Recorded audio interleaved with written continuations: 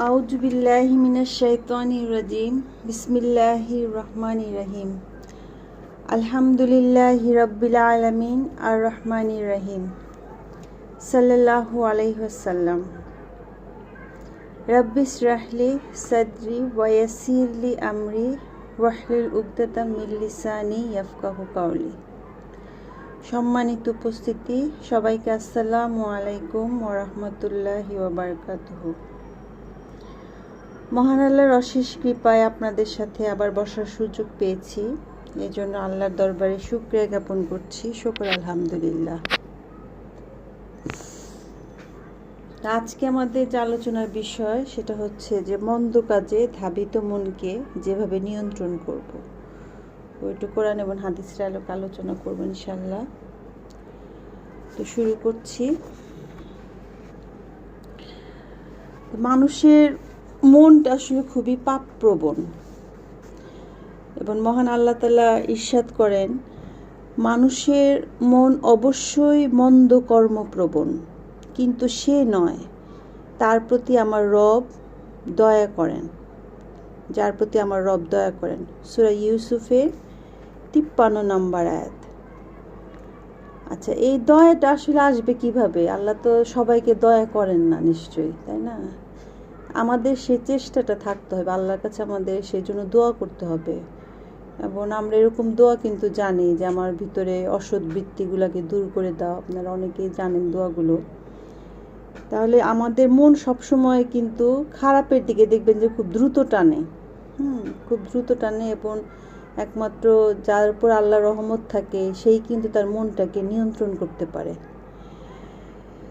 মন্দ কাজে ধাবিত মনকে শাস্তি না দিলে সে কিন্তু আশকারা পেয়ে যায়।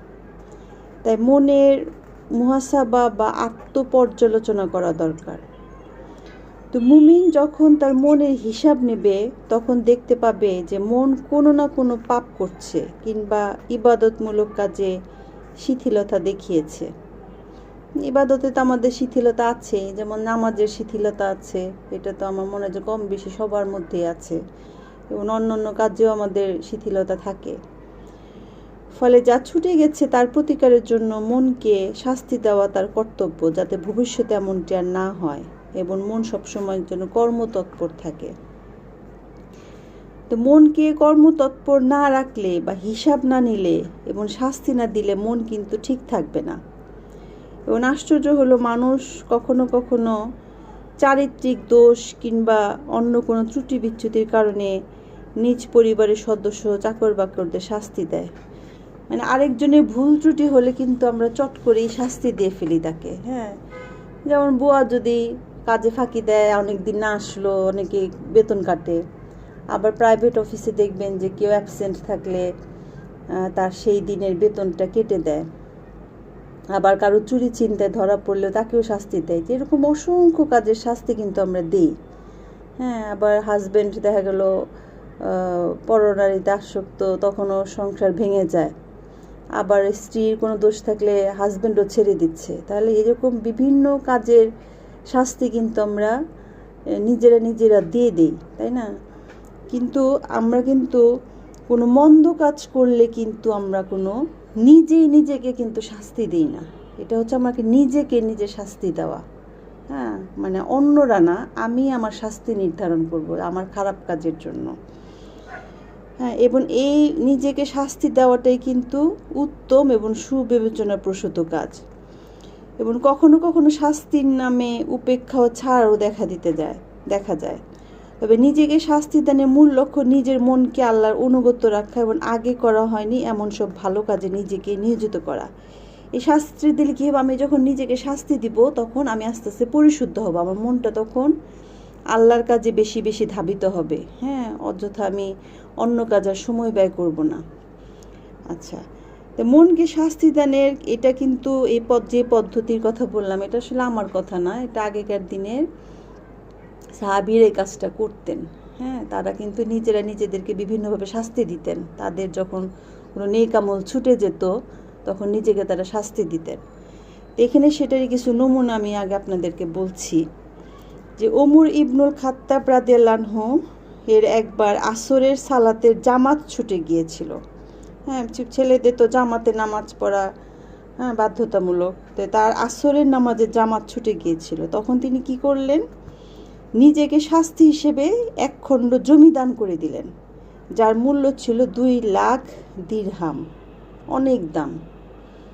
আমরা এটা তো মানে কল্পনাই করতে পারি না যে এক ওয়াক্ত জামাত নামাজ ছুটে গেলে জমি দান করে দেব, এরকম মন আমাদের এই যুগে মানে যত বড় আলেমই হোক না কেন তার হবে কিনা সন্দেহ আছে যে এক টুকরো জমি দান করে দিবে। তাহলে আমি মানে এরকম যদি মন মানসিকতা আমার ভিতরে থাকে যে আমি এই কাজটা করলে আমি এই এই মানে শাস্তি হিসেবে এই কাজটা করবো, তখন কিন্তু আমি আমার নামাজের ব্যাপারে সচেতন হয়ে যাব, তখন কিন্তু আমি জামাতে নামাজ আদায় করার ব্যাপারে সচেষ্ট থাকবো। কারণ আমি যদি নিজে নিজে ঠিক করে নেই যে না আমি নামাজ কোনোভাবেই করা যাবে না, জামাতে নামাজ ত্যাগ করা যাবে না, এটার জন্য আমি এই শাস্তি ঠিক করে রাখলাম, তাহলে কিন্তু একটা সময় আমি ঠিক হয়ে যাব, আমার মন তখন ওই দিকে কনসেন্ট্রেট থাকবে। আরেকটা বলি যে ইবনে ওমর রাদিয়াল্লাহু কোনো সালাতের জামাত ছুটে গেলে সেদিন তিনি পুরো রাত ইবাদত বন্দেগী দিয়ে কাটিয়ে দিতেন, ঘুমাতেন না উনি। হ্যাঁ, ওই যে ওটা একই, সেই যে জামাতে সালাত যদি কোনো কারণে বাদ পড়ে যায় তখন তিনি সেদিন সারা রাত নামাজ পড়তেন। এটা নিজেকে শাস্তি দেওয়া।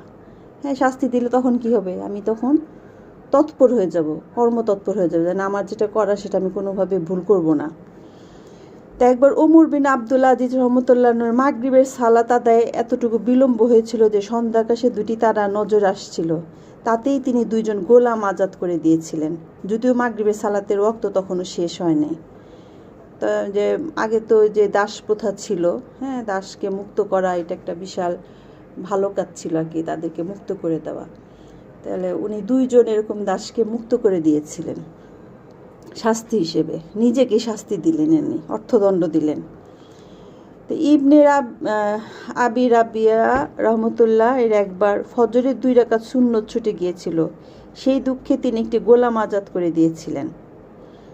ইবনে আউন রহমতুল্লাহকে তার মা ডাক দিলে তিনি তার ডাকে সাড়া দিয়েছিলেন, কিন্তু তাতে তার কণ্ঠস্বর মায়ের কণ্ঠস্বর থেকে একটু উঁচু হয়ে গিয়েছিল, তাতেই তিনি 2জন গোলাম আজাদ করে দিয়েছিলেন।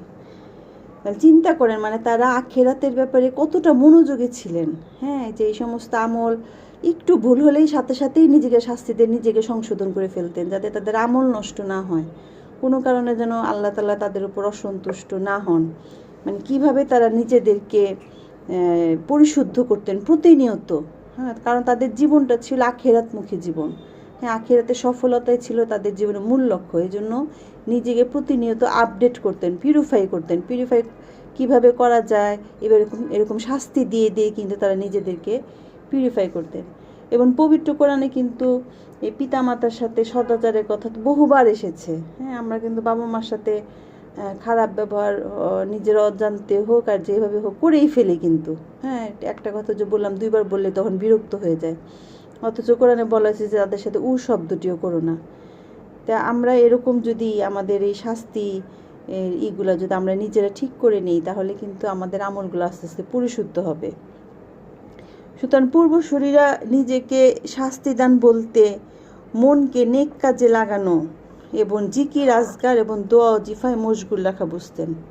তাহলে তাদের শাস্তিটা ছিল এরকম যে তাদের মনটা যেন সবসময় নেক কাজে থাকে। হ্যাঁ, সবসময় যেন তারা ভালো কাজে নিজের মনকে রাখতে পারে, তাদের মন যেন কোনোভাবে অন্যদিকে ডাইভার্ট হতে না পারে, এইটাই তাদের চেষ্টা ছিল। এবং বেশি বেশি যেন আল্লাহকে স্মরণ করা, জিকির করা, দোয়া পড়া, এসব কাজে তারা নিজেদেরকে ব্যস্ত রাখতেন।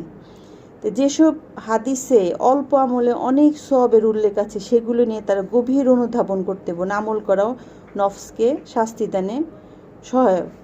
ওই যে বললাম যে অল্প, আমি যেমন একটা বলছিলাম যে সালাম দেওয়া, যেটা মানে বিনা পয়সায় আমি কিন্তু দোয়া পাচ্ছি। হ্যাঁ, যে সালামের প্রচার করা, বেশি বেশি সালাম দেওয়া। এবং আমাদের বেশিরভাগ ক্ষেত্রে দেখা যায় আমরা আশা করি যে আরেকজন আমাকে সালাম দেবে। তাহলে ওই যে এরকম আমল তারা খুঁজে বের করতেন, যেসব আমল করলে কষ্ট কম কিন্তু অনেক সওয়াব আছে। সেগুলো নিয়ে তারা চিন্তা করতেন, তারা ভাবতেন, তারা কোরআনের আয়াত গভীরভাবে অনুধাবন করার চেষ্টা করতেন। এইভাবে তারা নিজেদেরকে পরিশুদ্ধ করতেন। তা এখন আমরা আমাদের শাস্তিও কিন্তু ঠিক করতে পারি। হ্যাঁ, তারা তো অনেক কঠিন কঠিন শাস্তি দিতেন নিজেদেরকে, যে জমি দান করে ফেলতেন, আবার সারা রাত ইবাদত বন্দিগি করতেন, হ্যাঁ, গোলাম আজাদ করে দিতেন, তাদের মানে অনেক বড় বড় তার দিতেন। এখন আমরা আমাদের সাধ্যমতো ব্যক্তি বিশেষে আমরা যে যেটা করতে পারবো সেরকমভাবে আমরা চিন্তা করব যে আমরা আমাদেরকে শাস্তিটা কিভাবে দিতে পারি। আমাদের এরকম কোনো খারাপ কাজ করে ফেললে বা কোনো নেকামল ছুটে গেলে কিভাবে আমরা নিজেদের কিভাবে শাস্তি দিতে, আমরা নিজেরা কিন্তু সেটা ঠিক করে নিতে পারি।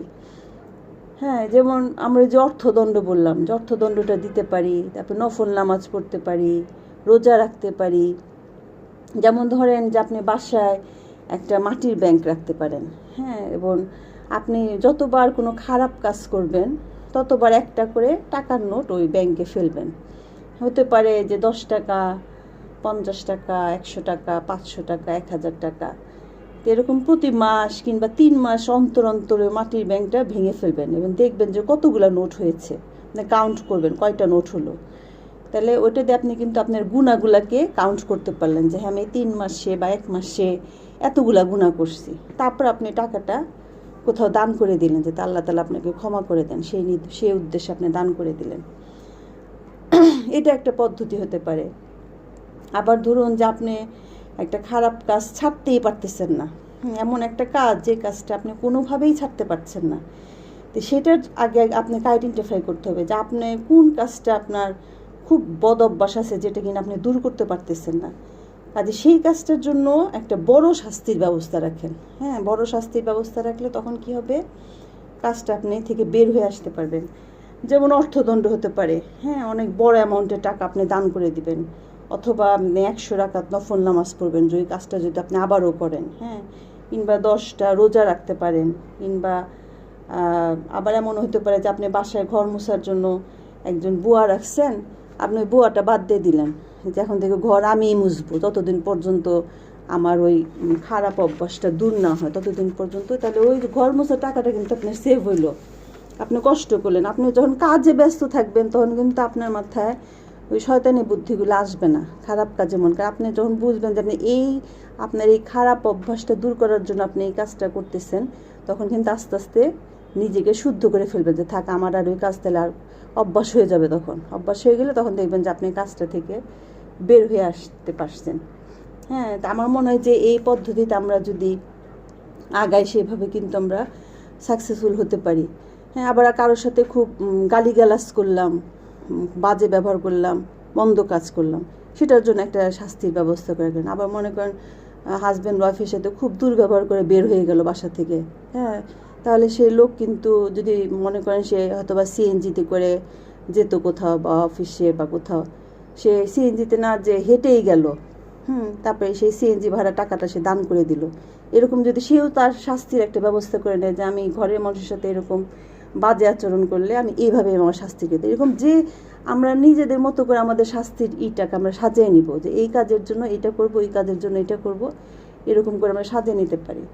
তা আমাদের যে খারাপ যে অভ্যাসগুলা, সেটা বেশিরভাগ যেটা দেখা যায় সেটা হলো যে আমরা গীবত খুব বেশি করি, পরনিন্দাটা বেশি করি। হ্যাঁ, এবং এটা কিন্তু একটা সামাজিক ব্যাধি, এটা দূর করতে হবে আমাদের। এটা দূর করার জন্য আমরা এরকম ছোটোখাটো শাস্তির ব্যবস্থা করে রাখবো। তারপরে যে কথায় কথায় মিথ্যা বলা, এটা অনেকের মধ্যে অভ্যাসটা আছে।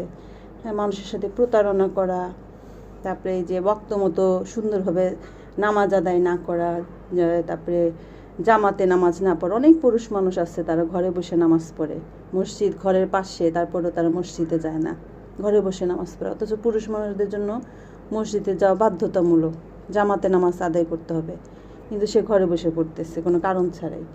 হ্যাঁ, তারপরে আজানের সময় দেখা যায় আজানের উত্তর দেই না আমরা। এবং বেশিরভাগই দেখা যায় যে আজানের সময় কেউ একজন কথা বলতে আসে, নাহলে ফোনটা বেজে ওঠে। আমার ক্ষেত্রে এটা বেশি হয়, তখন দেখা যায় আজানের উত্তর দিতে পারি না।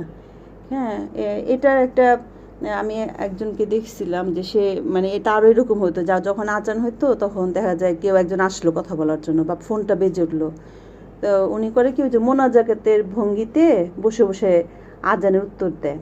তো মোনাজাতের ভঙ্গিতে যখন দেয় তখন কেউ কোনো লোক যদি তার কাছে আসে তখন বুঝতে পারে যে সে একটা কোনো কাজে ব্যস্ত আছে, তখন কিন্তু সে কথা বলে না। তো এইভাবে আমরা করতে পারি। তারপরে যে মানুষের সাথে আমাদের ব্যবহার, আচার ব্যবহার প্রায় সময় খারাপ হয়ে যায়, হ্যাঁ, নিজের অজান্তে হয়ে যায়, আমরা নিজেদেরকে কন্ট্রোল করতে পারি না। তা আচার ব্যবহার খারাপ করলে সেটার জন্য আমি একটা শাস্তির ব্যবস্থা করে রাখবো, যে আমি মানুষের সাথে খারাপ ব্যবহার করলে আমি নিজেকে এই শাস্তিটা দিব, হ্যাঁ, আমি ঠিক করে রাখবো। তারপরে যে বিপদ আপদে মানুষের পাশে না দাঁড়ানো, এবং সব সময় খালি নিজের কথা ভাবা, হ্যাঁ, নিজের জন্য বেশি বেশি খরচ করা, অপচয় করা, তারপর অন্যের ভালো দেখে ঈর্ষা করা, হালাল হারাম বিবেচনা না করা, নারী পুরুষের অবাধ মেলামেশা, পরকীয়া, এরকম অসংখ্য মন্দ কাজ কিন্তু আমাদের মধ্যে, আমাদের পরিবারের মধ্যে কম বেশি আছে। কারোর মধ্যে বেশি আছে, কারোর মধ্যে কম আছে, তবে মন্দ স্বভাবগুলো আছে। তা আমাদের নিজেদের এই স্বভাবগুলো নিজেদেরকে খুঁজে বের করতে হবে যে আমার মধ্যে কি কি আছে। তো নিজের নফসকে পরিশুদ্ধ করার কাজ আগে করতে হবে। আমাদের অন্তরটা যে কল্প যদি নোংরা থাকে তাহলে কিন্তু ভালো আমল করা যায় না।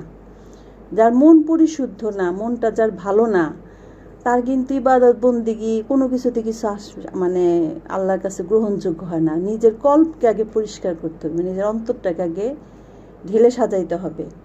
তো যেসব কাজ করলে আমাদের অন্তরটা মরে যায়, অন্তরে কল্প মরে যায়, হ্যাঁ, সেরকম কাজগুলা কি, সেই কাজগুলা থেকে আমাদের আগে নিজেকে ঠিক করতে হবে এবং সেটার জন্য নিজেকে শাস্তি দিতে হবে। তো যেসব কাজে আমাদের অন্তর মরে যায়, সেটা যে একটা হলো যে কপটতা করা, মুনাফিকি স্বভাব, মানুষকে বলি একটা করি একটা, অন্তরে পোষণ করে আরেকটা, ভণ্ডামি করা, প্রতারণা করা, এটা খুবই খারাপ একটা অভ্যাস। আপনি যেটা করতে পারবেন সেটাই করবেন, বা যেটা বলার সেটা করবেন, যেটা করতে পারবেন না সেটা মানুষের কাছে কখনো কমিটমেন্ট দিবেন না যে আমি এটা করে দিব। হ্যাঁ হ্যাঁ, কথায় কাজে যেন এক থাকতে পারি আমরা। তারপরে যে অহংকার, এটা তো আমাদের মানে অনিচ্ছাকৃতভাবেই চলে আসে আমাদের মধ্যে। হ্যাঁ, অহংকারটা আমরা কিসের করি? ভালো বংশের অহংকার করে মানুষ, তারপরে টাকার অহংকার করে, কেউ রূপের অহংকার করে, কেউ জ্ঞানের অহংকার করে। অথচ বলা হয়েছে যে অহংকার হলো আল্লাহর ভূষণ। তারপর আরেকটা যে স্বভাব যেটা মানুষের কল্পকে নষ্ট করে দেয়, সেটা হচ্ছে হিংসা। হ্যাঁ, হিংসা কি? যে আমার আত্মীয় অনেক ধনী, আমি কেন গরিব, এই যে হিংসা করলাম। বা সে অনেক শিক্ষিত, আমি কেন তল্প শিক্ষিত, তার ছেলে মেয়েরা তো ভালো ভালো জায়গায় পড়ে, আমার ছেলে মেয়ে কেন ভালো জায়গায় পড়ে না, তার এতগুলা ছেলে মেয়ে সবাই কত প্রতিষ্ঠিত, আর আমার তো ছেলে মেয়েই নাই। হ্যাঁ, তারপরে সে দেখতে খুব সুন্দর, আমি সুন্দর না। এই যে এসব ব্যাপার নিয়ে আমরা হিংসা করি একে অপরের সাথে, এই যে হিংসা, এটাও কিন্তু আমাদের নেক আমলকে নষ্ট করে দেয়, ধ্বংস করে দেয়। কাজে এটা আমাদের দূর করার চেষ্টা করতে হবে, যে নিজেকে শাস্তি দেওয়ার মাধ্যমে। আমি যখন অন্যকে নিয়ে হিংসা করা শুরু করব, মনের ভিতরে যখন এটা আসবে, সাথে সাথে আমি একটা শাস্তি ঠিক করে ফেলবো যে আমি এটার জন্য এই শাস্তি দিব। তারপরে যে নিন্দা, পরশ্রী, কাতরতা, আমি গত লেকচারে যে নিন্দা নিয়ে বলছিলাম অনেক কথা, যে আল্লাহ তাআলা একটা সূরা হুমাজাতে বলছেন যে ধ্বংস হোক সেই ব্যক্তি যে সামনাসামনি এবং পেছনে নিন্দা করে, গীবত করা খুবই খারাপ একটা স্বভাব, এবং এটা আমাদের সবার মধ্যেই কম বেশি আছে। তারপরে যে দুনিয়ার প্রতি লোভ লালসা, হ্যাঁ, এটাও আছে সবার মধ্যে। এটাও সূরা হুমাজাতে আসছে যে আমাদের লোভ, অর্থ সঞ্চয় করা, বাড়ি গাড়ি, জমি, নারী, সন্তান, এই যে দুনিয়াবি লোভ, এই লোভ লালসাটা ত্যাগ করতে হবে। আমার যা আছে সেটার উপরে সন্তুষ্ট থাকতে হবে, থাকার চেষ্টা করতে হবে। আল্লাহ তাআলা আমাকে যা দিয়েছেন, হ্যাঁ, আরও নিজেকে ভালো রাখার চেষ্টা করব, কিন্তু লোভ থাকা যাবে না, যে না দুনিয়া আমার সর্বস্ব, এটা ভাবা যাবে না। তাহলে এই যে এইসব কাজগুলো, এই স্বভাবগুলো দূর করার জন্য নিজেকে শাস্তি দানের ব্যবস্থা করতে হবে। আমার এই স্বভাবের জন্য আমি নিজেকে এই শাস্তি দিব, এই স্বভাবের জন্য এই শাস্তি দিব। এইভাবে শাস্তি দানের মাধ্যমে আস্তে আস্তে কিন্তু আমি ওই স্বভাব থেকে বের হয়ে আসতে পারবো এবং নিজেকে পরিশুদ্ধ করতে পারবো। তাই আল্লাহ শাস্তি পাওয়ার আগে আমি যদি নিজেকে এই শাস্তি দিয়ে পরিশুদ্ধ হতে পারি, তাহলে কিন্তু সেটা আমাদের জন্য অনেক ভালো হবে। কারণ জাহান্নামের আগুনের যে ভয়াবহতা, এটা সম্পর্কে তো আমরা বিভিন্ন সূরায় সেটা জানি যে কতটা ভয়াবহ হবে সে জাহান্নামের শাস্তি। তা আগে যে বললাম যে আগে হলো আমাদেরকে যার যার স্বভাবগুলোকে আমরা আইডেন্টিফাই করব, খারাপ কাজগুলোকে আইডেন্টিফাই করব, তারপরে সেই অনুযায়ী আমরা ব্যবস্থা নিব। তা একটা গল্প বলি যে এক বিবাহিত ব্যক্তি, তার স্ত্রীকে আর আগের মতো ভালো লাগে না। হ্যাঁ, তার স্ত্রীর কোনো দোষ নাই, তার স্ত্রী দেখতেও সুন্দর, সে সাংসারিক, তার সব কিছুই ভালো, তারপরেও সেই লোকেরা তার স্ত্রীকে আগের মতো সে আকর্ষণ বোধ করে না। এবং তখন ওই লোকটা দেখলো যে এই স্বভাব শুধু তার মধ্যে না, তার বন্ধুদের মধ্যেও আছে। হ্যাঁ, তার বন্ধুরা এরকম যে স্ত্রীকে একই জিনিস আর ভালো লাগে না, তখন তারা ওই যে পরনারীতে আসক্ত হয়, পরকীয়া করে।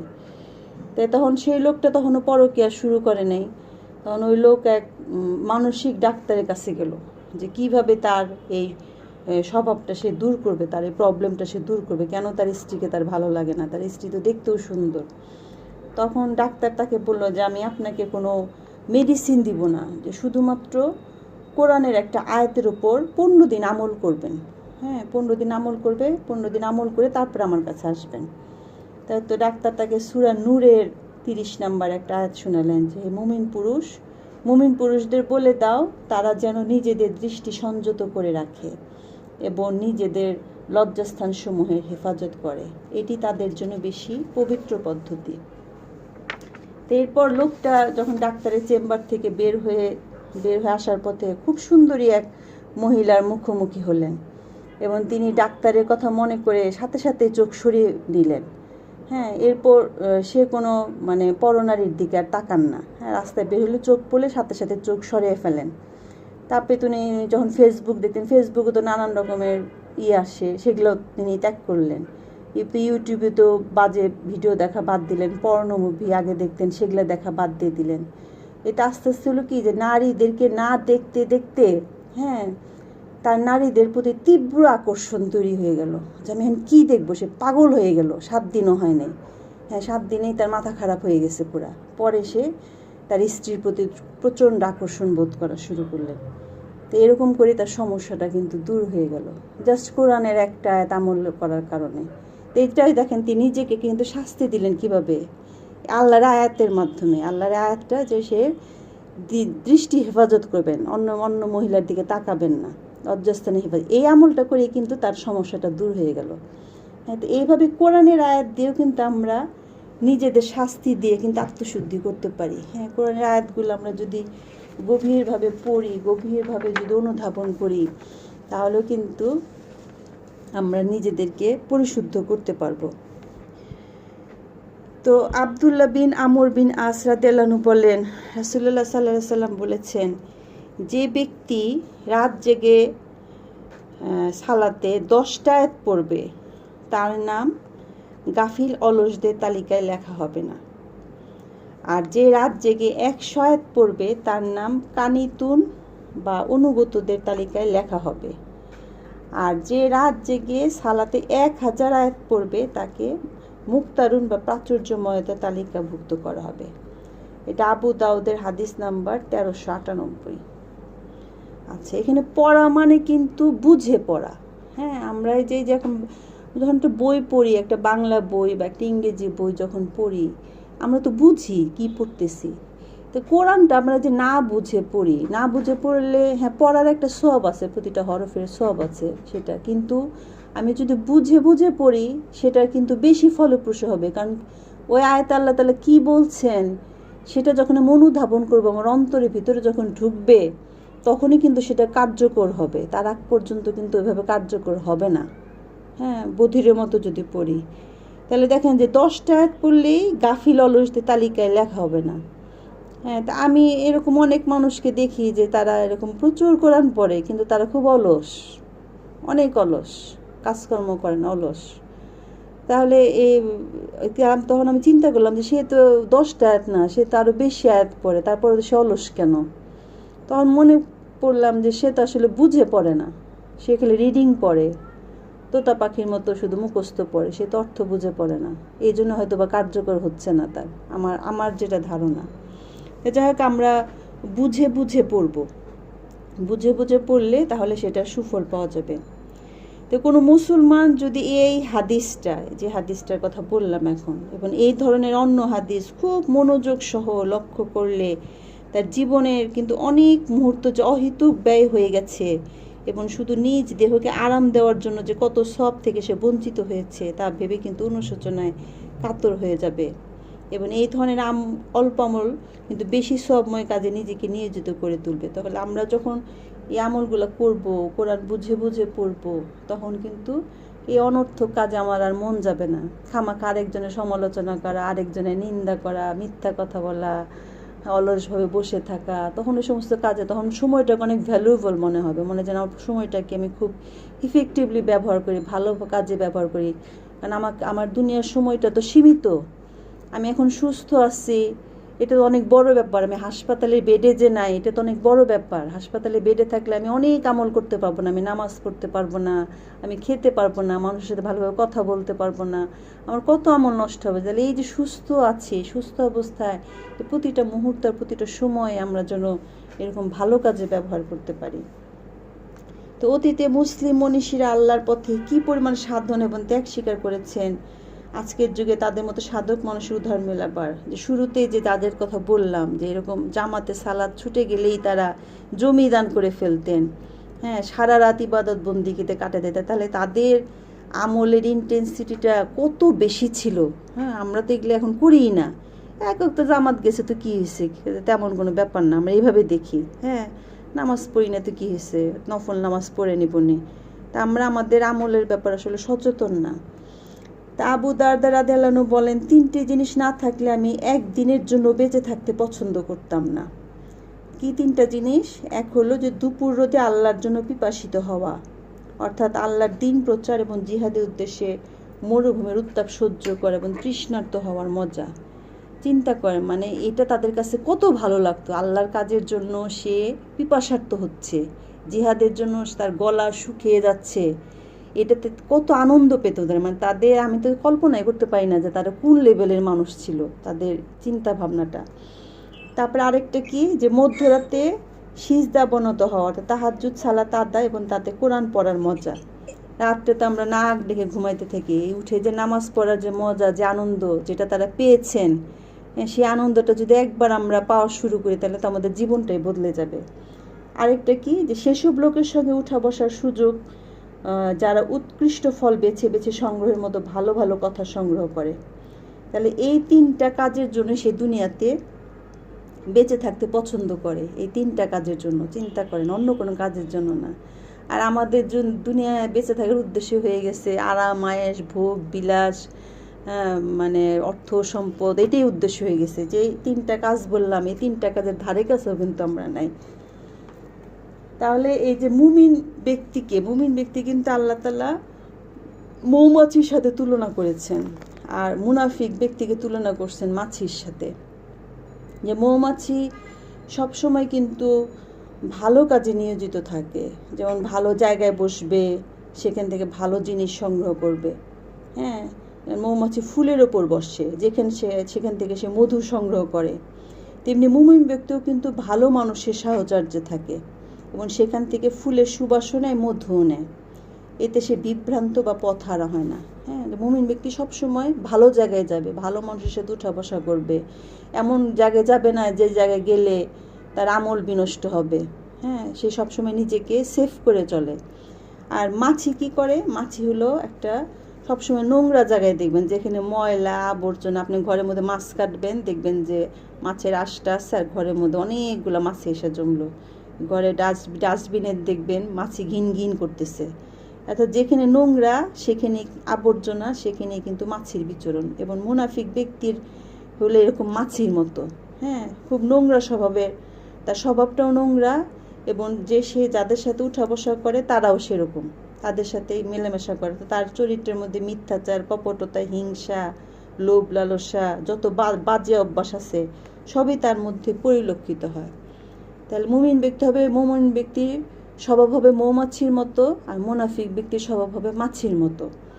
সূরা বাকারায় এসেছে যে আল্লাহ পাক, আমার আয়াতটা ঠিক মনে নেই, সূরা বাকারাতে আসছে যে আল্লাহ পাক বলেছেন যে পাক পবিত্র ব্যক্তিকে তিনি নাপাক এবং অপবিত্র লোকদের থেকে আলাদা করেই ছাড়বেন।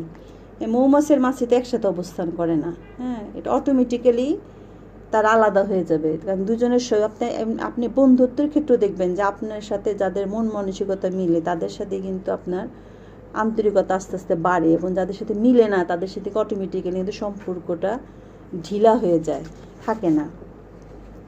কাজে নিজের নফস বা কল্পকে পরিষ্কার করার পাশাপাশি হ্যাঁ, যে নফস বা কল পরিষ্কার কথা করার কথা যেটা বললাম, সেটা করার পাশাপাশি আমাদেরকে ভালো মানুষের সাথে থাকতে হবে, ভালো মানুষের সাথে উঠা বসা করতে হবে। তাহলে তার ভালো গুণগুলো ধীরে ধীরে আমার মধ্যে চলে আসবে।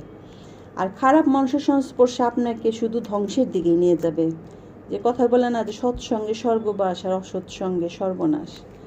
তাই আমাদের বন্ধু নির্বাচনে অনেক সতর্ক থাকতে হবে, বিয়ে শাদীর ব্যাপারেও সতর্ক থাকতে হবে। কারণ যার সাথে আপনি ঘর করবেন সারা জীবন, তার স্বভাব দ্বারা কিন্তু আপনি প্রতিফলিত হবেন। তো আসলে যে আমাদের যে জীবনের উদ্দেশ্য, সেটা কি? জীবনের উদ্দেশ্য হচ্ছে যে আল্লাহর সন্তুষ্টি অর্জনের মাধ্যমে আখেরাতে সফলতা অর্জন করা। আর এই দুনিয়ার কর্মের উপরই কিন্তু নির্ভর করছে আমাদের পরকালীন জীবন। আর দুনিয়ার সঠিক পথে চলতে গেলে অন্যকে মানে মানে সঠিক পথে আমি যখনই চলতে চাইবো, তখন কিন্তু অনেক বাধা আসবে, অনেক বিপত্তি আসবে। কারণ শয়তান হচ্ছে আমাদের চিরশত্রু। তাই সঠিক পথে চলতে প্রয়োজন হলো চেষ্টা এবং সাধনা। আমাদের চেষ্টা চালিয়ে যেতে হবে, প্রতিনিয়ত আমাদের বাধা আসবে। তা আজকে আমি সেরকম একটা চেষ্টার কথা আপনাদের সামনে পেশ করলাম, যে নিজের মনকে আমি কিভাবে শাস্তি দিব, কিভাবে নিজেকে খারাপ অভ্যাস থেকে বের হয়ে আসবে। এটা কিন্তু একটা চেষ্টা, একটা সাধনা। এই চেষ্টাটা যদি আমরা করি, তাহলে কিন্তু আস্তে আস্তে আমরা নিজেকে পরিশুদ্ধ করতে পারবো এবং নিজেকে শাস্তি দানের মাধ্যমে আমাদের এই যে উড়ন্ত মনটা, সেটাকে আমরা কন্ট্রোল করতে পারবো। এবং আমার বিশ্বাস যে এর মাধ্যমে আমরা নিজেকে পরিশুদ্ধ করতে পারবো এবং আল্লাহ সন্তুষ্টির দিকে ধাবিত হতে পারবো। তা আল্লাহ তাআলা আমাদের সবাইকে সঠিক বুঝ দান করুক। আমিন। সুবহানা রাব্বিল ইজ্জাতি আম্মা ইয়াসিফুন ওয়া সালামুন আলাল মুরসালিন ওয়ালহামদুলিল্লাহি রাব্বিল আলামিন। সবাইকে আসসালামু আলাইকুম ওয়া রাহমাতুল্লাহি ওয়া বারাকাতুহু।